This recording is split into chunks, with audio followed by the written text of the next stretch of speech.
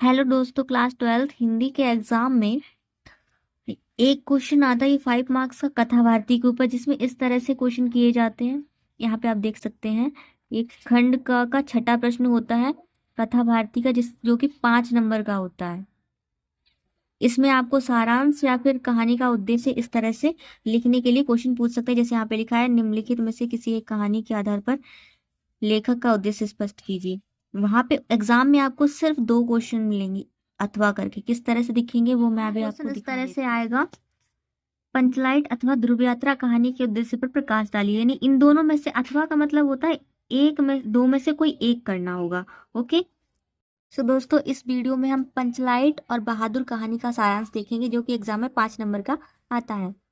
चलिए देखते हैं। पंचलाइट फणीश्वर नाथ रेणु जी की आंचलिक कहानी है। कहानी में बिहार के एक पिछड़े गांव के परिवेश का सुंदर चित्रण प्रस्तुत किया गया है। महतो टोली में अशिक्षित लोग हैं। उन्होंने रामनवमी के मेले से पेट्रोमैक्स खरीदा, जिसे वे पंचलेट कहते हैं। पंचलाइट को सीधे साधे लोग सम्मान की चीज समझते हैं।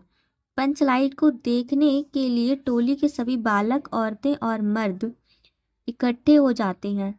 सरदार अपनी पत्नी को आदेश देता है कि शुभ कार्य को करने से पहले वह पूजा पाठ का प्रबंध कर ले। सभी उत्साहित हैं, परंतु समस्या उठती है कि पंचलेट जलाएगा कौन। सीधे साधे लोग पेट्रोमैक्स को जलाना भी नहीं जानते। इस टोली में गोधन नाम का एक युवक है। वह गांव की मुंडरी नामक युवती से प्रेम करता है। मुंडरी की मां ने पंचो से गोधन की शिकायत की थी कि वह उसके घर के सामने सिनेमा का गाना गाकर निकलता है। इस कारण पंचो ने उसे जाति से निकाल रखा है। मुंडरी को पता है कि गोधन पंचलाइट जला सकता है। वह चतुराई से यह बात पंचो तक पहुंचा देती है। पंच गोधन को पुनः जाति में ले लेते हैं। वह पंचलाइट को जला देता है। मुंडरी की मां गुलरी काकी प्रसन्न होकर गोधन को भोजन का निमंत्रण देती है। पंच भी उत्साहित होकर गोधन को कह देते हैं, तुम्हारा 7 खून माफ, खूब गाओ सलीमा का गाना। पंचलाइट की रोशनी में लोग उत्सव मनाते हैं और कहानी यही समाप्त हो जाती है। बहादुर बहादुर कहानी का सारांश हम देखेंगे। अमरकांत जी द्वारा लिखी कहानी बहादुर एक मध्य वर्गीय परिवार में नौकर के साथ परिवारजनों द्वारा किए गए अत्यधिक कटु व्यवहार की कहानी है।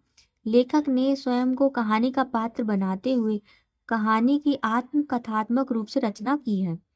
अपने से संपन्न रिश्तेदार के घर नौकर द्वारा जुटाई सुविधा एवं शान को देखकर लेखक की पत्नी निर्मला स्वयं भी एक नौकर रखना चाहती है। बहादुर नेपाल का 12-13 साल का लड़का है, जो अपनी मां के दुर्व्यवहार से तंग आकर घर छोड़कर शहर चला आता है और निर्मला के परिवार में नौकर रख लिया जाता है। निर्मला और उसका परिवार बहादुर के प्रति पहले तो अच्छा व्यवहार करते हैं, परंतु धीरे धीरे कठोरता बरतने लगते हैं। वह घर का सारा कार्य करता है। इसके बावजूद उसके साथ गाली गलौज से मारपीट तक की नौबत आ जाती है। अंततः बहादुर घर छोड़कर चला जाता है। अब परिवार के सभी सदस्य उसे ढूंढते हैं, क्योंकि उसके कारण सब आराम के आदी हो चुकी हैं। बहादुर की उपयोगिता देखकर सभी अब अपना घरेलू कार्य करने से घबराते हैं। बहादुर के घर छोड़ जाने पर वे सभी पश्चाताप करते हैं तथा अच्छा व्यवहार करने की सोचते हैं, परंतु अब पछताए होत क्या जब चिड़िया चुग गई खेत। बहादुर में सहनशीलता और स्वाभिमान की भावना कूट कूट कर भरी हुई है। उसके इसी चरित्र के कारण यह कहानी में प्रिय है। इस तरह से आप एग्जाम में लिख सकते हैं और फुल मार्क्स स्कोर कर सकते हैं। आप सभी के एग्जाम अच्छे जाएं, इसकी कामना करते हैं। और हर दिन जो वीडियो अपलोड करते हैं, प्लीज़ आप उन्हें देखा कीजिए। ये आपके एग्जाम के लिए बहुत बहुत इंपॉर्टेंट है। वीडियो देखने के लिए थैंक यू, और कैसा लगा कमेंट में ज़रूर बताइएगा।